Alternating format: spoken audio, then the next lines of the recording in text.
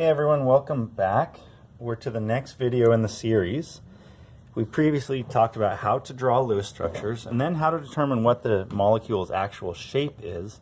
And now we want to talk about how to determine if a molecule is what's called polar, a molecule's polarity. And that will get us one step closer to where we're actually ready to talk about a molecule's properties, whether it has a higher, lower boiling point, etc. So back up here, we're talking about molecular polarity today. So what is polarity? So polarity is this property of molecules to have a difference of charge across different sides of the molecule. So we have two molecules here we're looking at, carbon dioxide, so we're looking at CO2, and water, which is H2O, as you know. So these are the two differences. Water actually has a negative end of this molecule and a positive end of its molecule. So when we're looking at a water molecule, it has a negative end up by the oxygen and positive end by the hydrogens. And carbon dioxide does not have that property. It has no net distribution of charge across the molecule. So we want to talk about why here first, and then we can get into how we can do that for each molecule. So if you look at the electronegativities on the periodic table, you can see that carbon, here in the middle, carbon has an electronegativity of 2.5, and oxygen has electronegativity of 3.5. Here, hydrogen has electronegativity of 2.1, and oxygen of 3.5. So on its surface, these look like in each case that there should be a polar bond here, and indeed there is. Here though, we have a linear molecule, so the shape of the molecule is really important here, because you have an oxygen over here that's much more electronegative than carbon, and we want to pull electrons away from the carbon in the center, versus an atom over here that's much more electronegative than carbon and would want to pull electrons away from the center.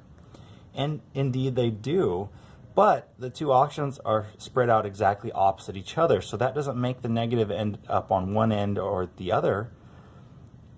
It ends up sort of just a slight uneven distribution of electrons within this, but one end isn't positive and the other end isn't negative. And that's what polarity is when you can have a negative end versus a positive end of the molecule. Or negative region versus a positive region of the molecule. And water, on the other hand, is that way because it's that bent shape. So this, in this case, the oxygen pulls electrons more toward it, and also in this case, and although they're not on the exact same side, they're sort of on this overall side of the molecule. So you're able to build up negative charge up here on the water molecule and positive charge down here on the water molecule. We can represent this the way we've shown it here with this Greek lowercase delta by a negative to show that it's not an ion where it's actually stolen the electrons, but there's a negative charge is built up over here, and a Greek lowercase delta with a positive down here to show that this is the positive end of the molecule. We can also use these little electronegativity arrows. Electronegativity arrows are drawn such that the cross here is for a positive charge and the arrow points toward where the electrons are pulled, so that's a negative charge. So that's what we're showing here in the carbon dioxide molecule, is that the oxygens are pulling electrons toward them, but so is this oxygen over here, making no net effect. The polarity arrows for the bonds are exactly opposite each other. We can show that here, with these bonds where there's a positive here,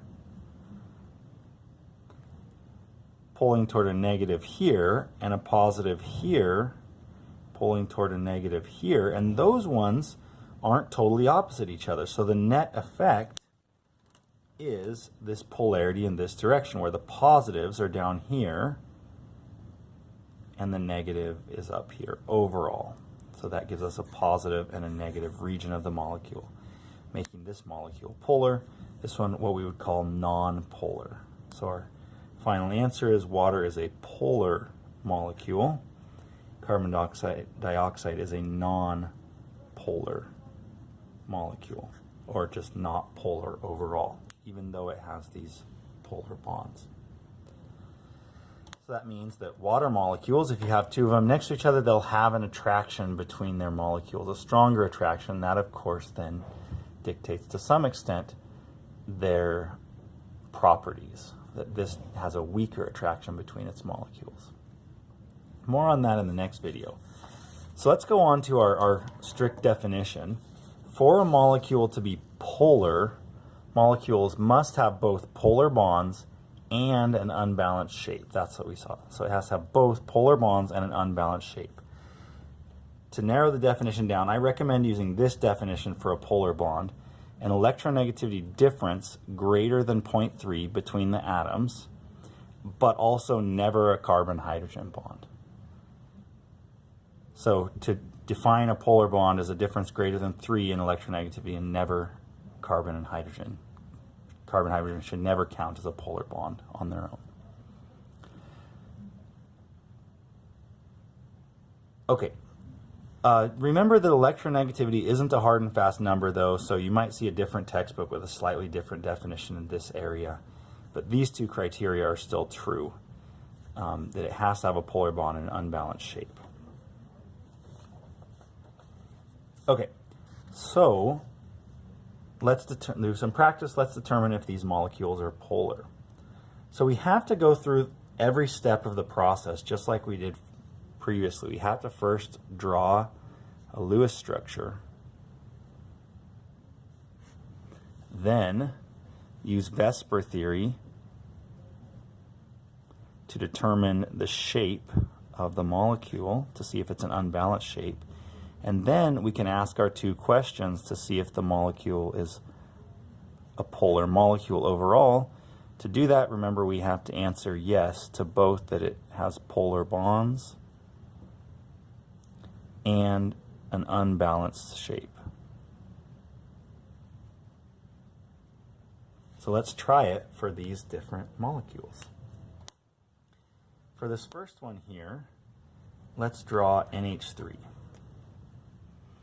The Lewis structure, I'll cut right to it, has nitrogen in the middle connected to 3 hydrogens with 2 lone pairs.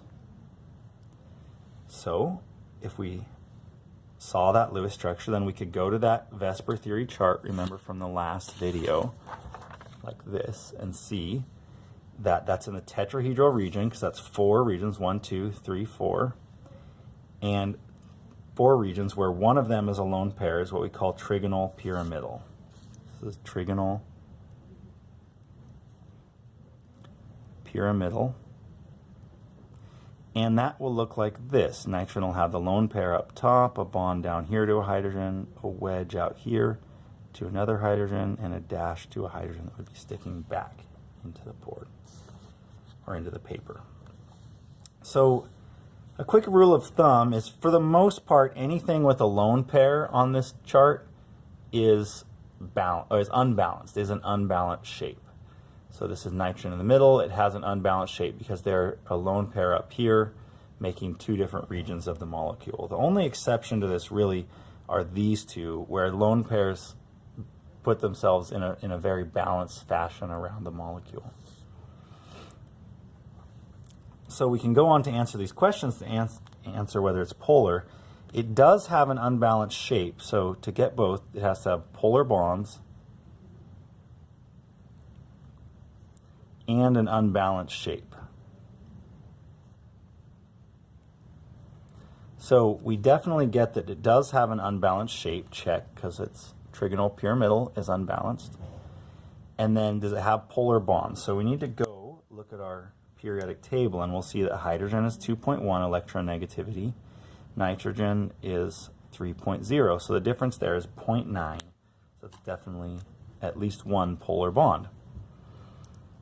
And that's it. That means it is a polar molecule. So it's relatively easy to do this step if you can do these 2 steps. These are the hard steps: drawing the Lewis structure and figuring out the shape. And by far the hardest of those is drawing the Lewis structure correctly. So if you're not good at that, it's worth it to take the time to practice each new molecule in this section. Let's go on to the next one, CH2Cl2.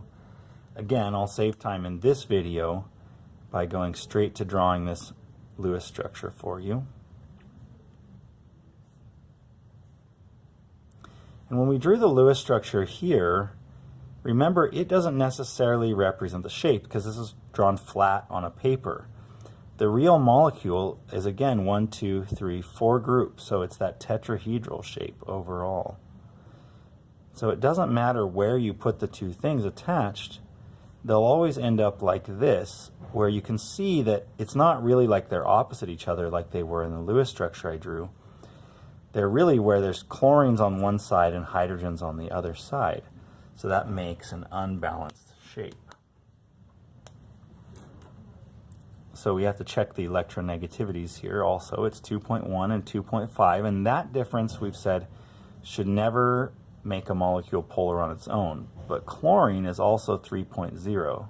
So that's a 0.5 difference between carbon and chlorine, and that does make it have a polar bond. So it has a polar bond and it has an unbalanced shape because there are chlorines over here and hydrogens over here.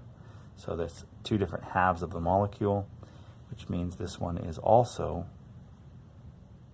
a polar molecule.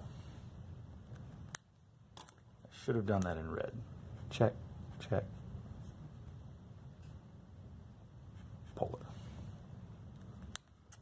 All right, now back to blue.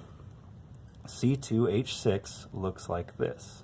2 carbons with hydrogens around them.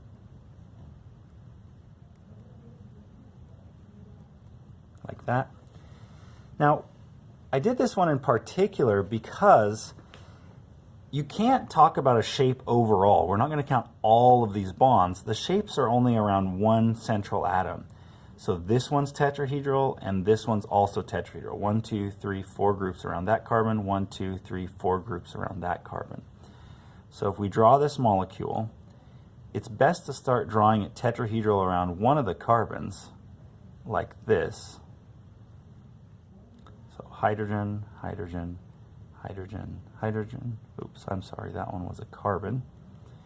Then draw it tetrahedral around this one as well. Hydrogen, and then we just put the wedge and dash here, really wherever it's convenient for us. I'm going to go ahead and put the wedge out here to a hydrogen and the dash down here to a hydrogen. So there you have it. It's tetrahedral around this carbon and tetrahedral around that carbon. And we really should just short circuit the process here because we're asking the two questions again. Remember whether it's polar bonds and it's an unbalanced shape.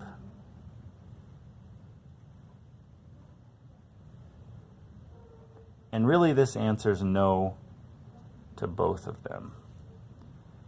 And we could have actually stopped right from the get-go, because if you remember our rule, we said carbon and hydrogen by themselves can never make a molecule polar. They don't count. So we didn't even have to go on to the next question. But that's part of the reason why carbon and hydrogen can't make a molecule polar, because hydrogens always spread out evenly around carbon atoms. They always spread out in a straightforward, simple pattern like that, that's balanced overall. So this is not polar, or we would say non-polar, for both reasons. Carbon and hydrogen do not have a big enough electronegativity difference to make the molecule polar, and the hydrogens spread out in a symmetrical or even fashion around the molecule, making it not unbalanced overall. That's a non-polar molecule. And that's it. Thanks for hanging with me.